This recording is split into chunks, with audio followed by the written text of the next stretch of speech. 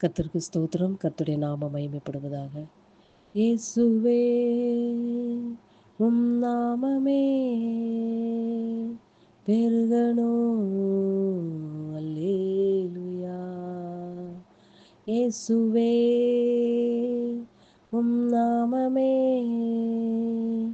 உயரணும். அல்லேலூயா. உங்க நாமம் உயரணும், இன்று மேன்மை அடையணும். பாடுவேன், பாடுவோம் அல்லேலூயா. உங்க நாமம் உயரணும், இன்று மேன்மை அடையணும். பாடுவேன், பாடுவோம் அல்லேலூயா. நன்றி அப்பா. நன்றியோடு கூட துதிக்கிறோம், ஸ்தோத்தரிக்கிறோம். எங்கள் அதிகமாய் நேசிக்கிற அன்பின் பரலோக தகப்பனே, இந்த நல்ல வேலைக்காய் நன்றி நிறைந்த இதயத்தோடு உம்மை துதிக்கிறோம், உம்மை ஸ்தோத்தரிக்கிறோம். இம்மட்டுமாய் எங்களை கிருபையாய் நடத்தி வந்த நம்முடைய அன்புக்காக நன்றி செலுத்துகிறோம் அப்பா. அப்பா, உம்முடைய நாமம் உயர்த்தப்பட வேண்டும் அப்பா. உம்முடைய நாமம் பெருக வேண்டும் ஆண்டவரே. உம்முடைய நாமத்தினாலே எங்களுக்கு அப்பா பாவத்தில் இருந்து மன்னிப்பை கொடுத்திருக்கிறீர் அப்பா. உம்முடைய நாமத்தினாலே எங்களுக்கு ரட்சிப்பை கொடுத்திருக்கீங்க ஏசப்பா. உம்முடைய நாமம் உயர்த்தப்படுவதாக அப்பா. உம்முடைய நாமத்தினாலே நாங்கள் இன்றும் கிருபையோடு வாழ்ந்து கொண்டிருக்கிறோம் ஆண்டவரே. உமக்கே துதி கன மகிமை எல்லாம் உடைய நாமத்துக்கே செலுத்துகிறோம். இயேசுவின் நாமத்தில் பிதாவே, ஆமேன். கர்த்தர் என்ற ஆலோசனைக்காக 2 கொரிந்தியர் 4ஆம் அதிகாரம் அதனுடைய 8வது வசனம். 2 கொரிந்தியர் 4ஆம் அதிகாரம் அதனுடைய 8வது வசனம்.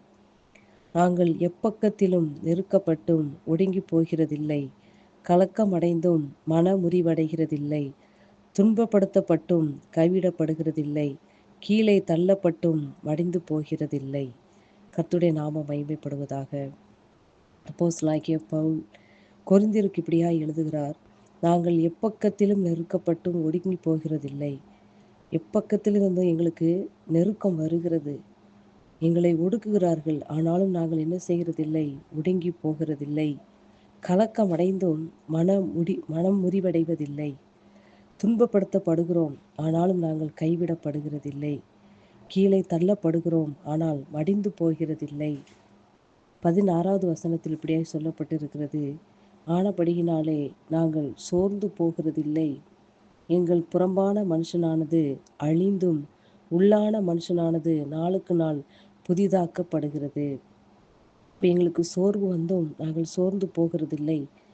நாங்கள் எப்பக்கத்திலும் நெருக்கப்பட்டும் நாங்கள் ஒடுங்கி போகிறதில்லை. இதற்கெல்லாம் என்ன காரணம் என்றால், எங்களுடைய புறம்பான மனுஷனானது அழிக்கப்பட்டும் உள்ளான மனுஷனானது நாளுக்கு நாள் புதிதாக்கப்படுகிறது.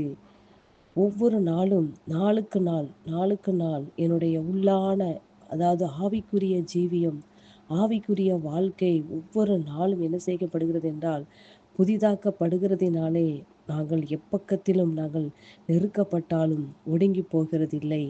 ஒரு நாள் நான் நெருக்கப்பட்டு போது நான் சோர்ந்து போவேனே, ஆனால் மறுநாள் என்னால் எழுந்து ஓட முடியாது.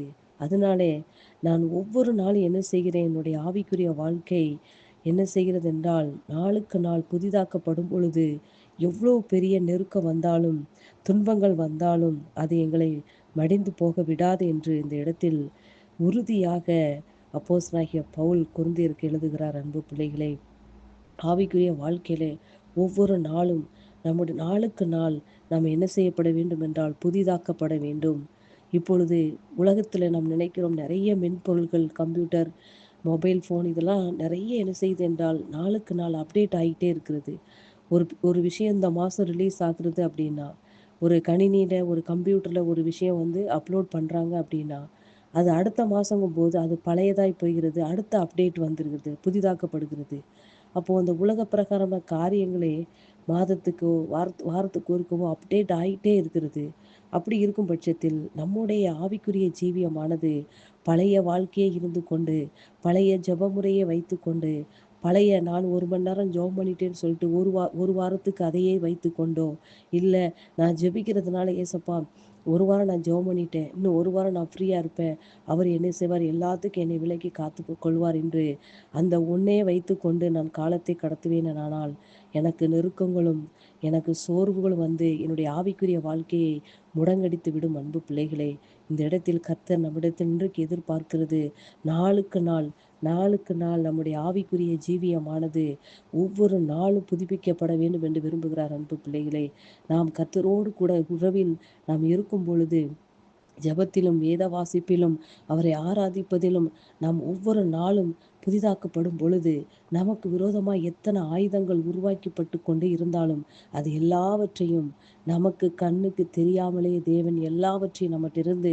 விலக்கி பாதுகாப்பார். அன்பு பிள்ளைகளே, நாம் ஜெபத்திலோ இல்லை வேத வாசிப்பிலோ அவரோடு கூட உறவிலோ நாளுக்கு நாள் நாம் புதுப்பிக்கப்படாமல், இல்லை அவரோடு கூட உறவில் நாம் இல்லாமல் போகும் பட்சத்திலே இந்த சோர்வுகள், உலகத்துக்கான காரியங்கள், நெருக்கங்கள் எல்லாம் நம்மளை நெருக்கி போடுவிடும். அன்பு பிள்ளைகளே, அதனால் கர்த்தருக்கு நமக்கு சொல்லுகிற வார்த்தை, ஒவ்வொரு நாளும் நாளுக்கு நாள் நாம் புதிதாக்கப்படும் பொழுது, நம்முடைய ஆவிக்குரிய ஜீவியம் புதிதாக்கப்படும் பொழுது நமக்கு வருகிற மனமடிவுகள், சோர்வுகள், நெருக்கங்கள், துன்பங்கள் எல்லாவற்றிலிருந்து விலக்கி காக்க கர்த்தர் உண்மை உள்ளவராய் இருக்கிறார். அன்பு பிள்ளைகளே, நாம் துன்பப்பட்டு படும்போதும் நமக்கு துன்பம் வரும்.